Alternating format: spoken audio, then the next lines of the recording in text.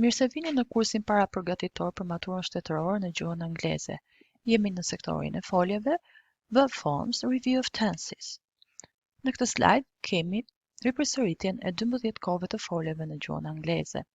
3 simple tenses, 3 simple continuous tenses, 3 perfect tenses, 3 perfect continuous tenses. Do të përqendrohemi në future perfect continuous, pra në kohën e ardhme të përparme të vazhduar. This tense describes an action that has been in progress for a duration of time before another event or time in the future. Pra, kjo kohë përshkruan një veprim i cili ka qenë në progres, pra në vazhdim, për një kohë të caktuar në të ardhmen përpara një veprimi tjetër po në të ardhmen. Pra, kemi veprimin i cili është në future perfect continuous dhe veprimin në future simple. Ky ndodh përpara se sa të përmbushet veprimi tjetër, pra është më pranë kohës së tashme. Will have been living in the US, finishes law school, pra ka jetuar për një kohë të caktuar, derisa do të përfundoj shkollën për juridik. By the time he finishes law school, we will have been living in the US for 8 years. Pra, veprimi i cili është duke ndodhur, pra do jetë në progres deri në kohën që veprimi tjetër në të ardhmen të ndodhë. Le të shikojmë në detaje përdorimin e kohës së ardhme të përparme të vazhduar. Future perfect continuous tense, use 1. Duration before something in the future. Pra, kjo kohë tregon kozgjatjen e një veprimi përpara një veprimi tjetër në të ardhmen. We use the future perfect continuous tense to talk about situations happening between one point in time in the past, present or future and continuing up until another time in the future. We almost always use this tense with a time expression. Pra, përdorim kohën e ardhme të përparme të vazhduar për të folur rreth një situate apo një veprimi i cili do të ndodhë mes një pike, nga një pikë në kohë, e cila mund të jetë në të kaluarën, në të tashmen apo në të ardhmen, dhe vazhdon deri në një pikë tjetër në të ardhmen. We almost, ne pothuajse gjithnjë përdorim një shprehje kohore me këtë kohë. Le ta shohim me shembuj.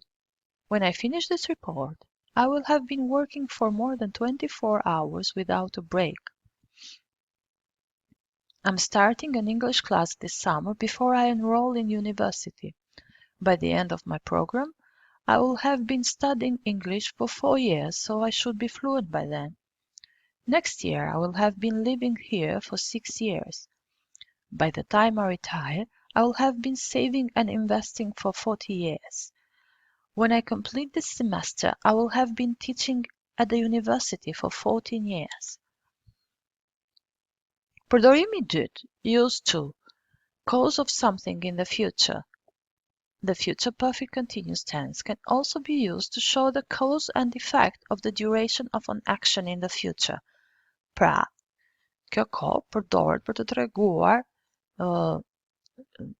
shkakun e diçkaje në të ardhmen, pra shkakun e një fenomeni apo një veprimi në të ardhmen.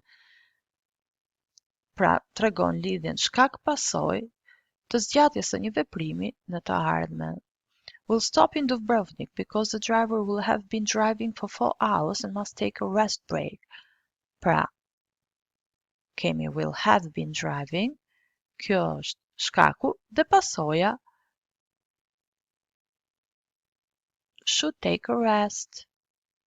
By next year, I'll have been saving 10% of his salary for 5 years, so he should have enough for the down payment. Let's stop here. If we continue working until 6, we'll have been working on this report for 5 hours without a break and will be too exhausted to work anymore today. If we are going the wrong way, we'll have been driving for an hour in the wrong direction. Let's stop and ask for directions. By the morning, it will have been snowing for 10 hours, so school will surely be closed today. This tense is formed using the auxiliary verb have plus the past participle of the verb be plus the ing form of the main verb. We learn how to make positive and negative forms, short forms, contractions, and questions. Pra kjo kohë formohet duke përdorur foljen ndihmëse have plus pjesoren e kryer të foljes be, been, plus formën ing të foljes kryesore. Do të mësojmë më vonë si të bëjmë fjali dëftore, pohuese negative, forma të shkurtuara dhe pyetje me këtë kohë. Future perfect continuous affirmative statements. Pra, koha ardhme përpara me vazhduar, fjali dëftore pohore. I will have been reading. You will have been crying. He, she, it will have been cooking. You, we, they will have been sleeping. Will have been telling, will have been cooking, will have been crying. Të gjitha këto folje që përdoren për të ndihmuar, për të formuar kohën e ardhme të përpara me të vazhduar, nuk ndryshojnë në asnjë nga vetat. Siç e shikojmë në këtë kolon këtu, kemi format e shkurtuara dhe rendi i fjalëve në këtë fjali është subject, pra kryefjala për emri, emri, plus folja ndihmëse will, plus folja ndihmëse have, plus folja ndihmëse been, plus forma ing e foljes kryesore.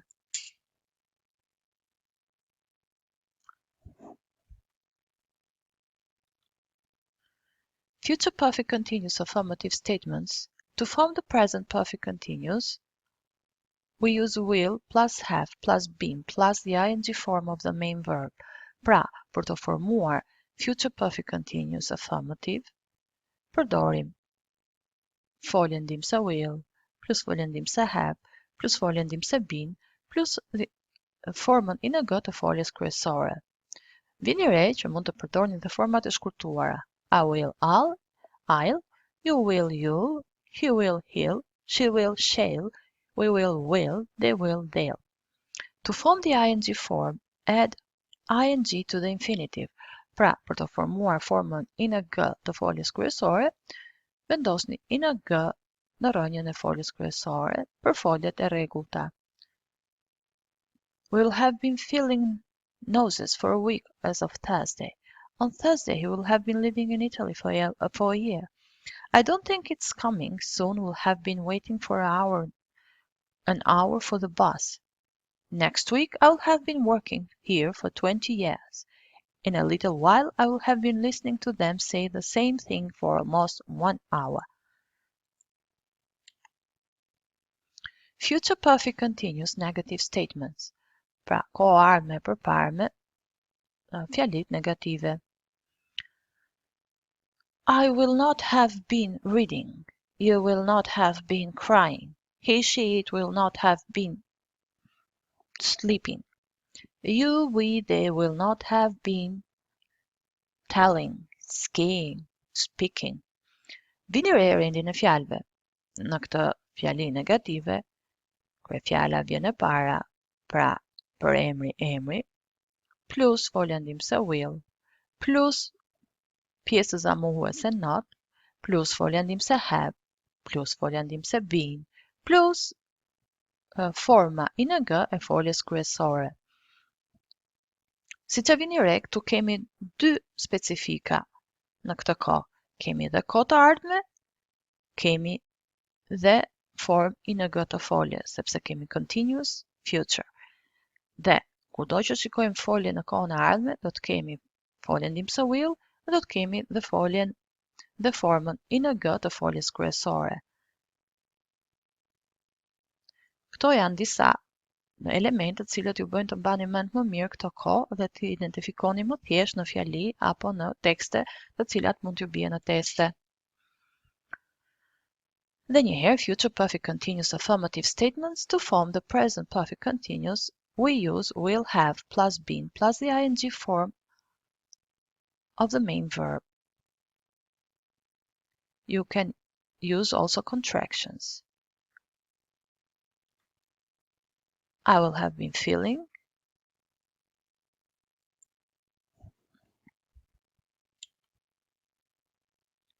Pra tani herë, të formë dhe negativ, simply add not after will. Pra për të formuar fjalit negative, thjesht shtojmë pjesën mohuese not pas foljes ndihmëse will. Pra kemi subject plus will plus not, have, plus not, plus been, plus ing form of the main verb. Pra, më falni, pjesa mohuese not do të vendoset pas foljes ndihmëse have. We can also use the contractions either using want or the contractions listed above in the chart. This summer they will not have been living here for even a year. They will not have been cooking for very long. I will not have been running long enough to try a marathon this year. I will not have been smoking for a year at the end of September. She will not have been working a year before she goes to maternity leave. Yes, no questions. Pyetjet e cilat marrin përgjigje po ose jo.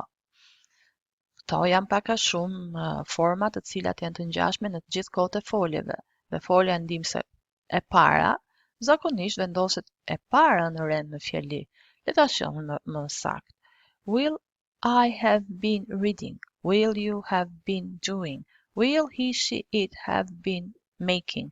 Will you, we, they have been looking?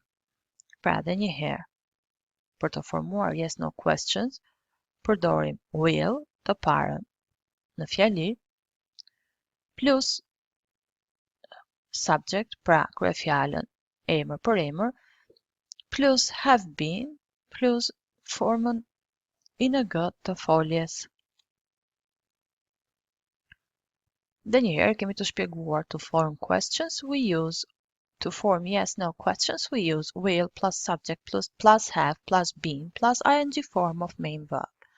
Will you have been working at the company long before you quit? Will the kids have been eating better by their next doctor's appointment? Will they have been waiting a long time for us?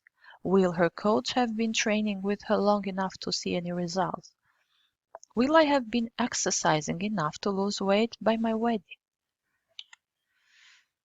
WH questions future perfect continuous.